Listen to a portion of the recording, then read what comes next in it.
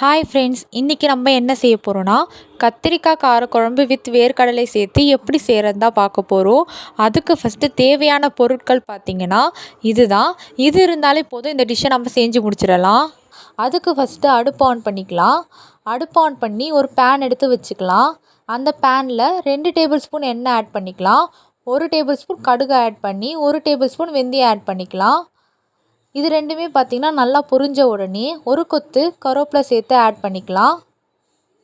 அது கூடவே நறுக்கி வச்சுருந்த 4 வெங்காயத்தை சேர்த்து நல்லா வதக்கி விட்டுக்கலாம். இந்த அளவுக்கு வதங்கினா போதும். இப்போது நறுக்கி வச்சுருந்த 2 தக்காளியை சேர்த்து நல்லா மிக்ஸ் பண்ணி விட்டுக்கலாம்.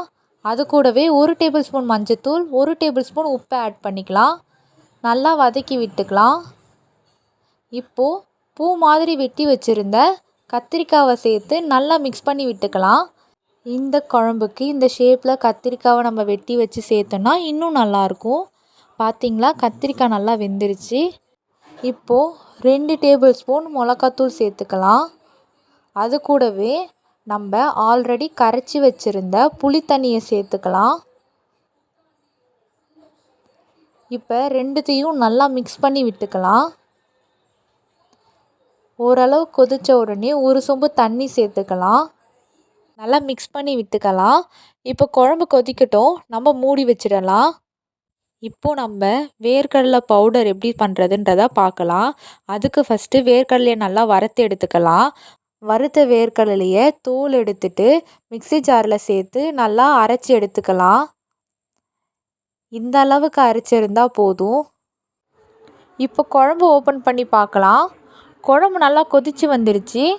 கத்திரிக்காயும் நல்லா வெந்திருக்கு. இப்போது நம்ம அரைச்சி வச்சுருந்த வேர்க்கடலை பவுடரை இது கூட சேர்த்து நல்லா மிக்ஸ் பண்ணி விட்டுக்கலாம்.